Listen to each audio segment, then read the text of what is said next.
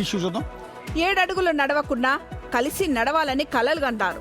తాలి కట్టకపోయినా భర్తలాగే భావించి ఆ బంధంలో మోసం వేధింపులే మిగిలితే ఆ గుండె పడే ఆవేదన వర్ణనాతీతం. అలాంటి అభాగ్యులు రోదనని సుప్రీంకోర్టు ఆలకించింది. సహజీవనం పేరుతో ఇంట్లోకి ఆహ్వానించి తీరా బంధం బలపడ్డాక రాక్షసంగా ప్రవర్తించే వాళ్ళకి సుప్రీంకోర్టు చెంపపెట్టు లాంటి తీర్పిచ్చింది. కొందరు పెళ్లి అనే బంధంతో ఒక్కటైతే కొందరు నమ్మకం అనే బంధంతో లివింగ్ రిలేషన్షిప్ కొనసాగిస్తారు. కానీ కొందరి కథల్లో కన్నీళ్లే ఉంటాయి. 7 అడుగులు వేయలేదు కదా, మాకు పెళ్లి కాలేదు కదా, మాపై చట్టం ఎలా చర్యలు తీసుకుంటుందనే అహంకారపు ధీమాకు సర్వోన్నత న్యాయస్థానం ముగింపు పలికింది. గృహహింసను అడ్డుకునే ఐపీసీ సెక్షన్ 498A కేవలం పెళ్లైన వారికే కాదు, సహజీవనంలో మోసపోయిన ప్రతి ఆడబిడ్డకు కూడా రక్షణగా ఉంటుందని సర్వోన్నత న్యాయస్థానం చారిత్రాత్మక తీర్పునిచ్చింది. కాగితాలపై సంతకాలు లేకపోవచ్చు, మంగళసూత్రం మెడలో పడకపోవచ్చు, కానీ నమ్మి వచ్చిన ఆ ఇల్లాలి కన్నీళ్లకు విలువలేదా? ఏ మహిళ ఒంటరి కాదు, ఆమె రోదనను వినే చట్టం ఉంది. నమ్మి వచ్చిన మహిళను మానసికంగా శారీరకంగా హింసిస్తే ఇకపై చట్టం నుంచి తప్పించుకోవడం ఎవరి వల్ల కాదు.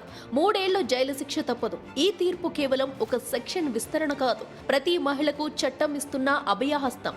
బంధం ఏదైనా భద్రత ఇవ్వడమే చట్టం బాధ్యత అని సుప్రీం మరోసారి నిరూపించింది.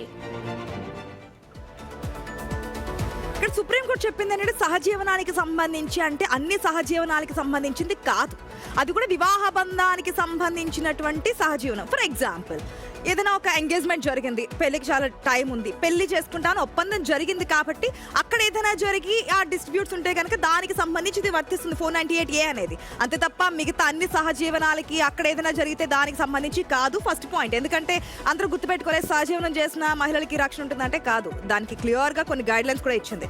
ఇది వివాహానికి పోలిన సంభాషణలు ఏదైతే ఉంటాయో ఆధారాలు కూడా చూపించాల్సి ఉంటుంది. ఏదైతే వివాహం చేసుకుంటామో దానికి సంబంధించినటువంటి మెసేజెస్ కానీ వగేరా ఏదైనా ఉంటే ఆధారాలు చూపిస్తే మాత్రమే ఇది ఎలిజిబుల్ అవుతుంది. ఒకవేళ తేడా చూపించకపోతే కనుక అది రద్దే అవకాశం కూడా ఉంటుంది. ఇద్దరికి తేడా చూపించడం అది ఆర్టికల్ 14కి విరుద్ధం అని కూడా చెప్తుంది. అంటే ఏదైతే ఇప్పుడు పెళ్ళయి వివాహం చేసుకొని ఏదైతే వరకట్న వేధింపులు అన్నీ పడుతున్నారో వారిని ఆల్రెడీ పెళ్లి కుదుర్చుకొని అవస్థలు పడి ఇబ్బందులు పడుతున్నారో వారిని మేము వేరే వేరేగా చూడలేము. ఇది ఆర్టికల్ 14కి విరుద్ధంగా వస్తుంది కాబట్టి మేము ఇటువంటి తీర్పిస్తున్నాం అని చెప్పి సుప్రీంకోర్టు క్లియర్గా చెప్పింది. సో ఏదైతే మేము పెళ్ళి అనుకున్నాము మమ్మల్ని ఈ విధంగా వేధిస్తున్నారనే వాళ్ళు కూడా ఈసారి ఓటు లభిస్తోంది. కానీ అన్ని సహజీవనాలకు కాదు, సుప్రీంకోర్టు కొన్ని క్లియర్ గైడ్ లైన్స్ అయితే ఇచ్చింది. దాని ప్రకారం మాత్రం ముందుకెళ్లే అవకాశం ఉంది. ఎస్ ఆశ, అసలు నిజం చెప్పాలంటే ఈ సహజీవనమే ఒక దరిద్రమైన నీచమైన కల్చర్. ఇది హిందూ సాంప్రదాయంలో అసలు సుప్రీంకోర్టు ఇచ్చిన తీర్పులో కూడా నాకు అర్థం కాలేదు. ఇప్పుడు ఆశ చెప్పినట్టు ఒక పెళ్లి చేసుకోవాలనుకునే వాళ్ళు సహజీవనం ఎందుకు చేస్తారు నాకు అర్థం కాని విషయం. ఎంగేజ్మెంట్ అయిన కొద్ది రోజుల తర్వాత మళ్ళీ పెళ్ళే చేసేసుకుంటారు కదా. సో బేసిక్గా సహజీవనం విషయంలో కొన్ని కంప్లైంట్స్ వచ్చినాయి. సహజీవనం చేస్తూ ఈ నీచమైన కల్చర్ తీసుకొచ్చారు. పెళ్లి కాకముందు అమ్మా నాన్నకి చెప్పరు, వీళ్ళ అమ్మాయి నాన్నకు కూడా చెప్పరు, వీళ్ళిద్దరు కలిసి ఒకే ఇంట్లో ఉంటారు. ఇప్పుడు హైదరాబాద్లో కూడా ఏ గల్లీలో చూసినా చాలా అపార్ట్మెంట్లో చాలా చోట్ల జరుగుతున్నది అదే. ఆఖరికి ఇవేంటి పీజీలు అంటారు కదా, కోలివింగ్ హాస్టల్స్. ఆ కోలివింగ్ హాస్టల్లో కూడా జరుగుతున్న దరిద్రం అంతా కూడా ఇదే. సరే దీని గురించి ఎక్కువ చెప్పుకుంటే మరీ ఇబ్బందిగా ఉంటుంది కానీ సో వీళ్ళిద్దరు కలిసే ఉంటారు. కలిసి ఉన్నప్పుడు వాడు ఏం చేస్తాడంటే ఒక స్టేజ్కి వచ్చినాక పెళ్లి చేసుకోమని అడుగుద్దామే. పెళ్లి చేసుకు వదిలించుకుందామని ఏం చేస్తాడు, ముక్కల కింద నరికి దాన్ని ఏమంటారు ఫ్రిడ్జ్లో ముక్కలు దాచిపెట్టి వాటిని తీసి చెరువులో డ్రైనేజ్లో పడేస్తున్నాడు. మొన్న అక్కడ జరిగింది అదే కదా, మహారాష్ట్రలో జరిగింది అదే ఇన్సిడెంట్. ఇదే కోలివింగ్లో ఉన్నప్పుడు చేసిన పాపం అది. మొన్న బెంగళూరులో జరిగిన ఇన్సిడెంట్ ఏంటి తెలుసా, అలా లివింగ్ రిలేషన్లో ఉండొద్దమ్మా అని తల్లిదండ్రులు చెప్పినందుకు ఆ కూతురు ఆ ప్రియుడితో కలిసి వచ్చి తల్లిని చెల్లిని తండ్రిని ముగ్గురిని అత్యంత దారుణంగా పొడిచి చంపేసింది. సో కోలివింగ్లో ఉన్న దరిద్రమే ఇది. చక్కగా పెళ్లి చేసుకుంటే వాడు ఎలాంటి వాడు, మంచివాడా కాదా, వాడు 7 తరాలు అటు 7 తరాలు ఇటు 7 తరాలు చూసి పెళ్లి చేస్తుంటారు పెద్దవాళ్ళు. మనం చేదస్తాం అనుకుంటా వాటిని అన్నీ పెట్టింది ఎందుకంటే వాళ్ళ కల్చర్ ఏంటి, వాళ్ళ కల్చర్లో గుండెపోటు వచ్చి పోతాడా, లేకపోతే వాడు ఎట్లా పెళ్ళాన్ని రాచిరంపాలు పెట్టేవాడా, శాడిస్టా, ఇలాంటివన్నీ ఎంక్వైరీ చేసిన తర్వాత వాళ్ళ ఆర్థిక స్థితిగతులు ఏంటి అని అన్నీ వెరిఫై చేసిన తర్వాత పెళ్లి చేస్తారు. అదేం మనం చేదస్తాం అనుకుంటాం. సో ఇదిగో ఇలా సహజీవనం వచ్చినాక మమ్మల్ని కొట్టాడు తిట్టాడు పొడిచాడంటే పొడవకుండా ఎందుకుంటాడు, నీ మీద నువ్వు కేసు పెట్టడానికి అసలు రైట్సే ఉండవు సహజీవనం అన్నప్పుడు. వివాహ బంధంలో ఒక బాధ్యత ఉంటుంది కానీ ఈ సహజీవనం బంధంలో ఆ బాధ్యత నమ్మకం అవే ఉండవు. ఇప్పుడు సుప్రీంకోర్టు ఏం చెప్పింది, పెళ్లి చేసుకుంటాము అనే నమ్మకం కలిగిన బంధంలో అంటే నమ్మకం ఉన్నప్పుడు పెళ్ళే చేసుకోవాలి కదా, మరి సహజీవనం ఎందుకు? ఓకే, సుప్రీంకోర్టు ఇచ్చింది, ఆ బంధంలో ఏమైనా డిస్టర్బెన్సెస్ అయితే, ఒకవేళ హింస లేకుండా డిస్టర్బెన్సెస్ అయినాయి అనుకోండి, మరి ఎవరో ఒకరు ఇప్పుడు అమ్మాయి అడ్వాంటేజ్గా తీసుకొని 498 దుర్వినియోగం చేయదా? నన్ను హింస పెట్టాడు, శాడిజం చూపాడు, ఓకే, అక్కడ కూడా ప్రాథమిక విచారణ జరిపిన తర్వాతే చర్యలు తీసుకోవాలని చెప్పింది.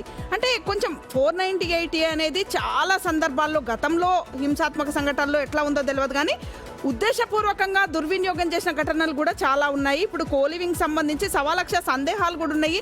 ఆ సందేహాలకు సంబంధించి పూర్తి వివరణ లేదు. అతిస్వేచ్ఛ అనేది ఇప్పుడు హద్దులు దాటిన అతిస్వేచ్ఛకు సంబంధించి ఎన్నో కేసెస్ వస్తున్నాయి. ఆ కేసెస్ని దృష్టిలో పెట్టుకొని మహిళలకు ఇక్కడ కూడా కొద్దిగా రక్షణ ఇవ్వాలి అనే ఉద్దేశంతో సుప్రీంకోర్టు ఈ చట్టం తెచ్చినట్టు కూడా కొడుతుంది. కానీ సహజీవనాన్ని పెద్దగా ఎంకరేజ్ చెయ్యొద్దు, ఎందుకంటే దాంట్లో నమ్మకం ఉండదు. ఈ రోజు వీళ్ళతో సహజీవనం చేసిండు, రేపు ఆమె కానీ అతను కానీ రేపు ఇంకొకరు నచ్చొచ్చు, ఆ తర్వాత ఇంకొకరు నచ్చొచ్చు. అలా ఎంతమందితోని సహజీవనం చేస్తారు? ప్రతి ఒక్కరి దగ్గర అదే చెప్తారు, పెళ్లి చేసుకోవాలనే ఉద్దేశంతోనే మొదలవుతుంది, కానీ తర్వాత మనస్పర్ధలు వస్తే విడిపోతారు. మళ్ళీ ఇంకొకరితో పెళ్లి చేసుకోవాలనే ఉద్దేశంతోనే మొదలు పెడతారు. అంటే ఎంతకాలం అట్లా మొదలు పెడతారు, ఎంతకాలం విడిపోతారు, ఎప్పుడు హింస జరుగుతుంది? ప్రతి దగ్గర అప్లికబుల్ అవుతుంది కదా. అక్కడ వివాహ బంధం అని చెప్పేవాడు మొదలు పెడతాడు సహజీవనం, అమ్మాయి అయినా అబ్బాయి అయినా. ఇప్పుడు ఇద్దరు అట్లనే ఉన్నారు, ఎవరినొక్కరిని అంటట్టు ఏం లేదు. కాబట్టి నమ్మకమైన బంధము, బాధ్యత గల బంధాన్ని ఎంచుకుంటేనే మహిళలకైనా అబ్బాయిలకైనా మంచిది. కానీ ఇట్లాంటి బంధాలు ఎప్పటికీ కొద్దిగా విషాదాన్నే మిగులుస్తాయని నాకైతే ఒపీనియన్. ఎస్, ఈ సందర్భంగానే ఒక క్వశ్చన్ రైజ్ అవుతుంది. రక్షణ కోసం తెచ్చిన చట్టాలను కొందరు మహిళలు స్వార్థం కోసం అస్త్రాలుగా మార్చుకుంటే బాధితులకు న్యాయం జరిగేది ఎలా? అసలు నిజం చెప్పాలంటే ఇందులో బాధితులు ఎవరు ఉండరు, అందరూ ఒకళ్ళకొకళ్ళు మ్యూచువల్ అండర్స్టాండింగ్ ఇక్కడ, అంతేనా?